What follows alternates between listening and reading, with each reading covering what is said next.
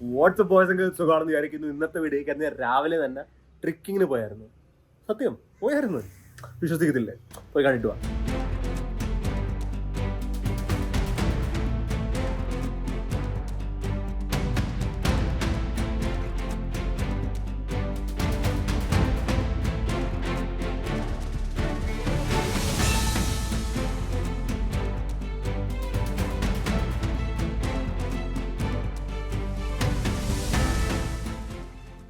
എങ്ങനെയുണ്ട്? കൊള്ളാല്ലേ? തുടക്കത്തിൽ കുറച്ച് ബുദ്ധിമുട്ടായിരുന്നു. സത്യം പറയുകയാണെങ്കിൽ 1.5-2 മാസം കണ്ടേ പോയിട്ട് അത് കാരണം പിന്നെ വെയിറ്റും എനിക്ക് കൂടി, ചെയ്യാൻ വളരെ ബുദ്ധിമുട്ടായിരുന്നു. നേരത്തെ കണ്ടിന്യൂസ് ഡെയിലി ചെയ്യുക, ഞാൻ അത് ചെയ്യാത്തതുകൊണ്ട് ഇത്രയും സമയം എടുക്കുന്നു, അല്ലെ ഇത്രയും ലാഗ് അടിക്കുന്നൊന്നുമില്ല. എന്ത് പറയാനാ.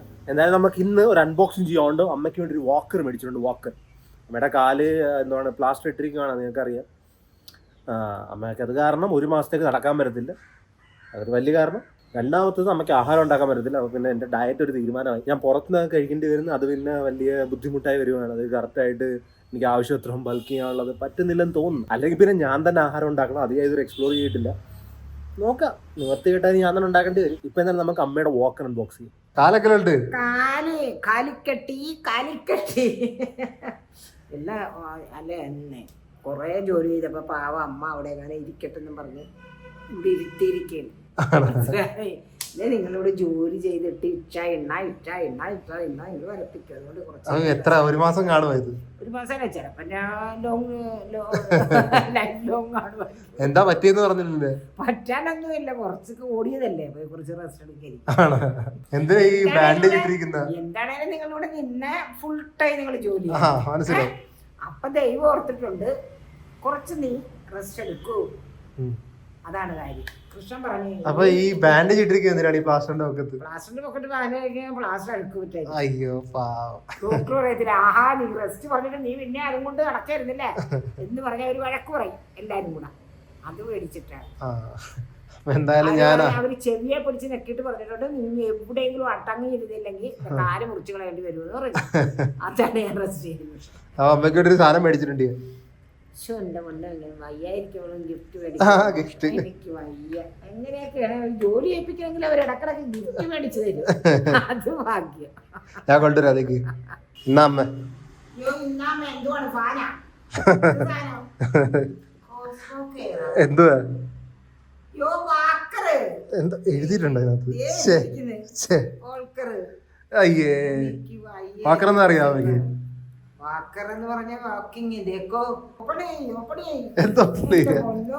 എനിക്ക് ഉപയോഗമുള്ള സാധനമൊക്കെ അറിഞ്ഞ് വാങ്ങിച്ചു. അയ്യോ, ഞാൻ മനസ്സറിഞ്ഞ് വായിച്ചു തരുക. മനസ്സറിഞ്ഞ് വാങ്ങിച്ചു എനിക്ക് ഇപ്പോഴെങ്കിലും തോന്നിയത് ഇതെങ്ങനെ മനസ്സിലായിടാ ഇതിന്? അല്ലെങ്കിൽ അമ്മ ഒരു സ്ഥലത്ത് അനങ്ങത്തില്ലല്ലോ. ഓ എന്നെ അനക്കാൻ അതിനാ.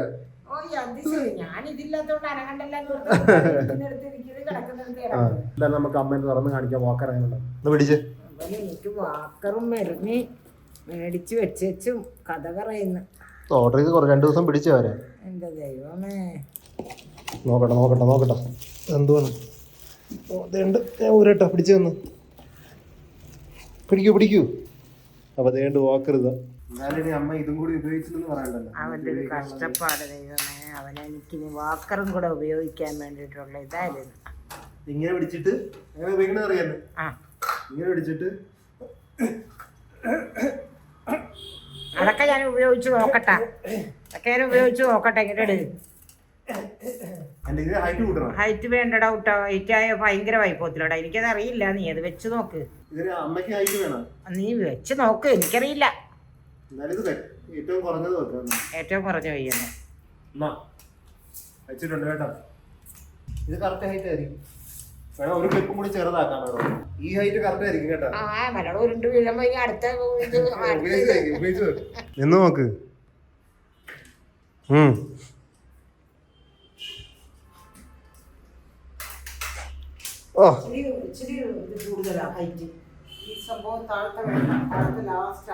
താഴത്തെ 1 എണ്ണം കൂടി താത്താൻ വേണമെങ്കിൽ തള്ളിക്ക്.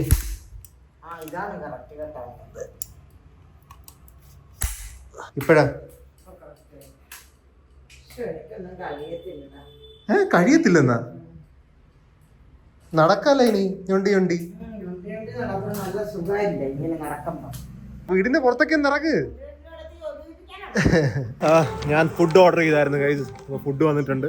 അമ്മയ്ക്ക് ഉണ്ടാക്കാൻ പറ്റത്തില്ലല്ലോ, അപ്പൊ എനിക്ക് ഈ ഇടയ്ക്ക് കുറച്ചായിട്ട് ഫുള്ളും ഡെലിവറി ചെയ്യാം, അല്ലെങ്കിൽ ഞാൻ ഉണ്ടാക്കണം. 6 ചപ്പാത്തി 2 കറിയാണ് മേടിച്ചിട്ടുള്ളത്. നിനക്ക് വാങ്ങിയില്ലേ? എനിക്ക് വേറെ ഓർഡർ ചെയ്യാൻ ചെയ്തിട്ടുണ്ട്. എനിക്ക് ബൾക്ക് ചെയ്യണ്ടേ. അമ്മ ഇങ്ങനെ ഇരിപ്പായപ്പോ പിന്നെ എന്റെ ബൾക്ക് തിന്ന്. അപ്പൊ കഴിച്ചിട്ട് ഞാൻ പറഞ്ഞല്ലേ 90 മുഖത്തോട്ട് പോയില്ല കുറച്ച് ദിവസമായിട്ട്. അതങ്ങനെ തന്നെ വരൂടാ. നിന്നോട് ഞാൻ എന്നെ അമ്പലത്തിൽ കൊണ്ടുപോകും, ഗുരുവായൂർ കൊണ്ടുപോകും ഞാൻ എപ്പോഴും പറയുമല്ലോടാ. നിനക്ക് അപ്പോഴെപ്പോഴെങ്കിലും പറ്റിയിട്ടുണ്ടോ? ഞാൻ നിന്നോട് കെഞ്ചി ഗുരുവായൂർ കാരണമാണ് അമ്മ ഇരിപ്പിലായെന്നാണ് പറയുന്നത്. പല തവണ ഞാൻ പറഞ്ഞിട്ടുണ്ട്. ഗുരുവായൂർ ഇപ്പൊ പോകാനുള്ള മാനസികാവസ്ഥയല്ല ഞാൻ. എനിക്ക് കുറച്ച് കാര്യങ്ങളുണ്ട്, നമുക്ക് പിന്നെ എപ്പോഴും പോവാം. നിന്റെ മമ്മീനെ ഒന്ന് ഇരുത്തിയ അപ്പൊ കൃഷ്ണ ഇരുത്തിയത് അമ്മേനെ. അപ്പൊ എന്റെ ഫുഡ് കൊണ്ടുവന്നിട്ടുണ്ട്.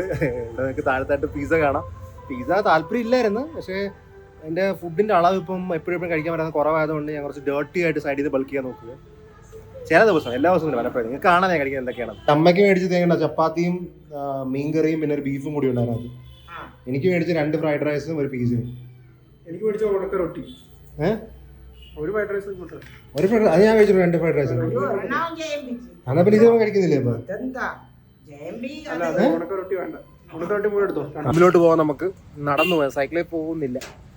കുറച്ച് നടന്നു പോയി കഴിഞ്ഞാൽ അവിടെ എത്തുമ്പം വലുതായിട്ട് ഗുണമൊന്നും കാണത്തില്ല. കടന്നു പോകാം.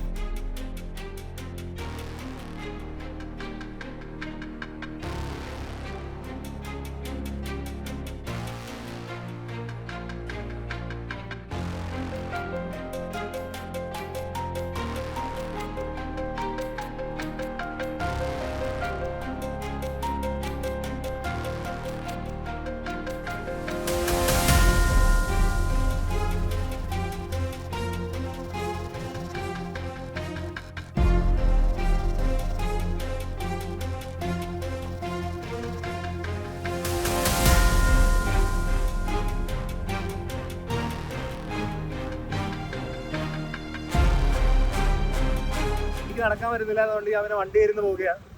ഹെൽമെറ്റ് ഇല്ലാത്തത് അണ്ടർ രജിസ്റ്റേർഡ് വണ്ടിയായിട്ടാണ്, അതുകൊണ്ട് രജിസ്റ്റർ അടിക്കുന്നുണ്ട്. ഞാനിപ്പോൾ മുട്ട മേടിക്കാൻ പോവുക. കട ഉണ്ടാകുന്ന ഡൗട്ടാണ്. 11 മണിയായി.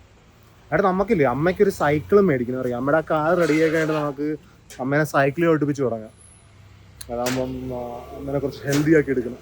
ഞാൻ മുട്ടയൊക്കെ മേടിച്ചിട്ട് അടുക്കളയിൽ കൊണ്ട് വെച്ചിട്ടുണ്ട് കേട്ടോ. അമ്മയ്ക്ക് ആ കാലിന് വയ്യാത്തതുകൊണ്ട് എല്ലാവരും ഇന്ന് വന്നിപ്പോൾ പെട്ടെന്ന് ഉറങ്ങുന്നത് ആയിട്ട്. ഞാൻ കുറച്ച് സമയം എടുക്കും, എനിക്ക് കുറച്ച് വർക്കൊക്കെ ഉണ്ട്, അതായിട്ട് ഞാൻ ഉറങ്ങും. നമുക്ക് നാളെ കാണും. അപ്പം I hope you guys are wonderful and a wonderful life. I'll see you guys next time. Till then, take care. Peace.